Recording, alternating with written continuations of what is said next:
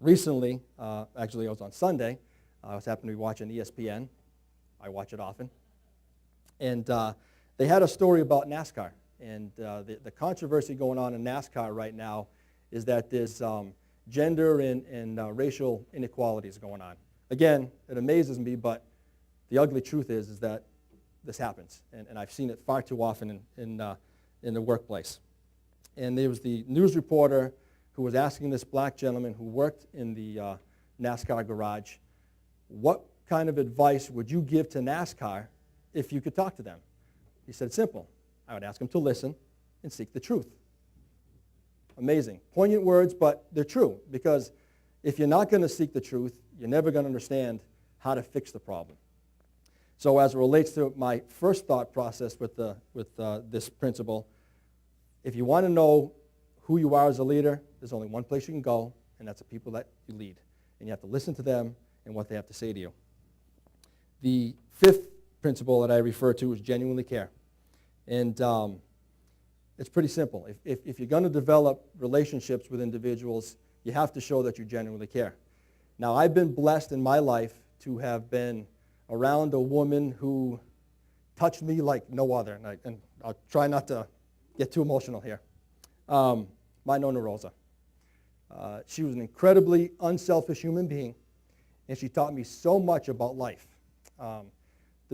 The biggest thing she taught me, and another one of those important words I want everyone to understand, is perspective. This is a woman who, if she chose to be bitter in her life, I don't think anybody here would argue.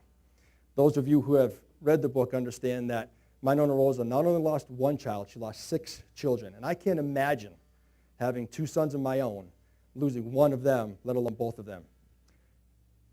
But she had perspective because she thought and she understood that she had 2 children that were alive that she had to take care of. And I never heard about that story from her. I'm sure it was difficult for her, but I always heard it from my aunt and my father, who told me about the life that she had and the difficulties that she had. And when I was born, I became her next treasure, and she spoiled me rotten all the time. And because of that, it's given me the strength that I have today, and it's given me the confidence that I have. It's difficult for me to explain. If you've been touched by a human being like that, you know what I'm talking about. Now, the other thing that I want to discuss here is if anybody's figured out at this point what it is that I'm trying to say about my principles. These principles aren't only for leaders. I think they're for everybody. And if you think about it, okay, there are people who are divorced, and I'm not going to point you out. Don't worry about it.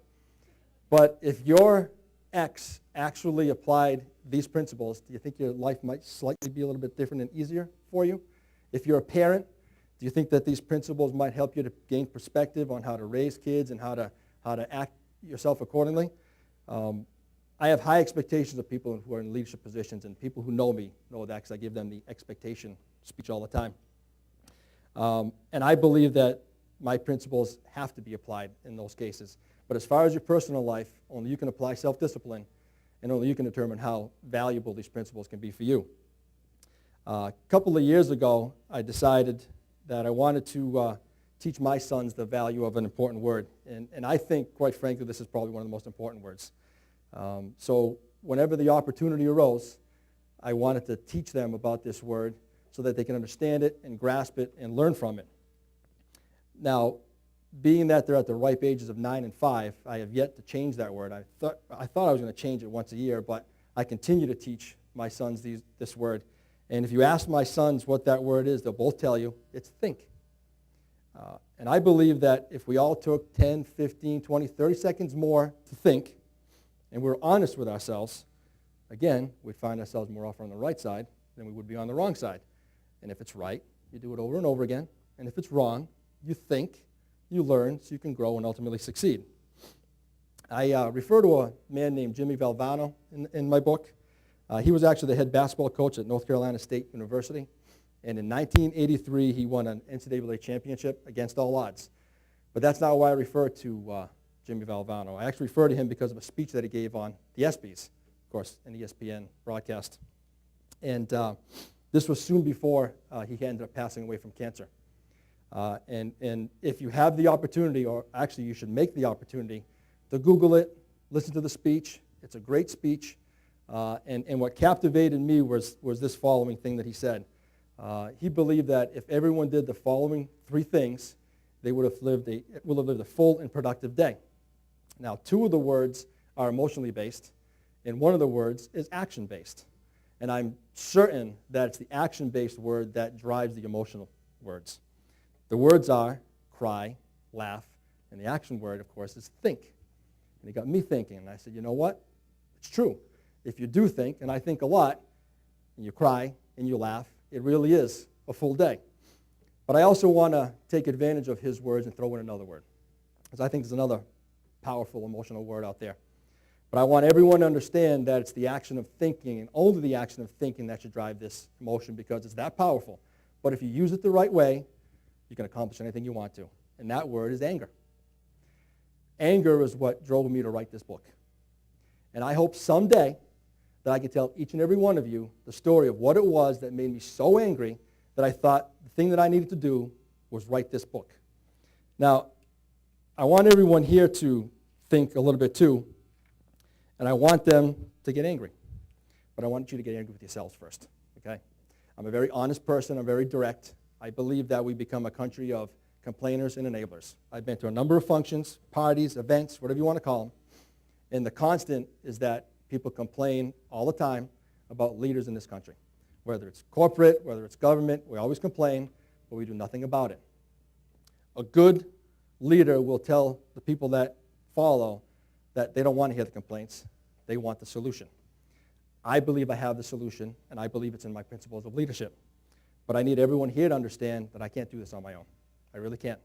I need people to follow me, to help me to get the message out there, because I do want to make a difference, but if this message doesn't get out, it's not going to go anywhere. I need help first in order for me to get out there and start helping people.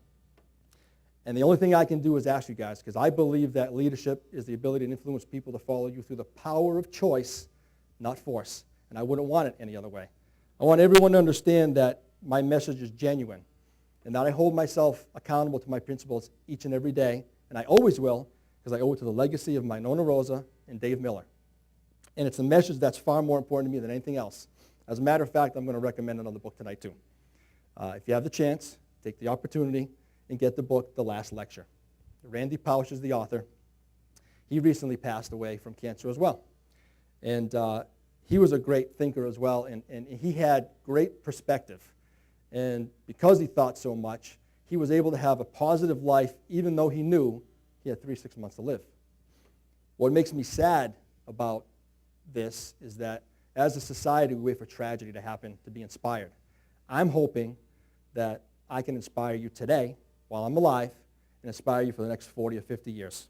So with that said, I have one last thing for you guys to think about, but I'm going to ask everyone to stand up with me, please. Go ahead, stand up.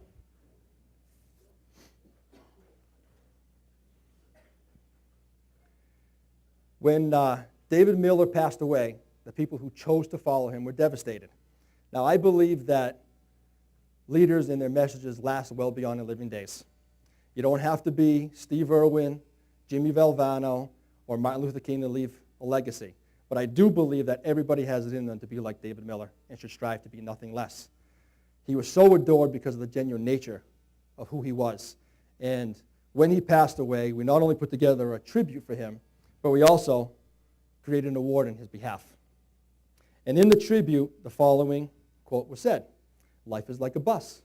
Many people get on, many people get off, but only a rare few stay on forever."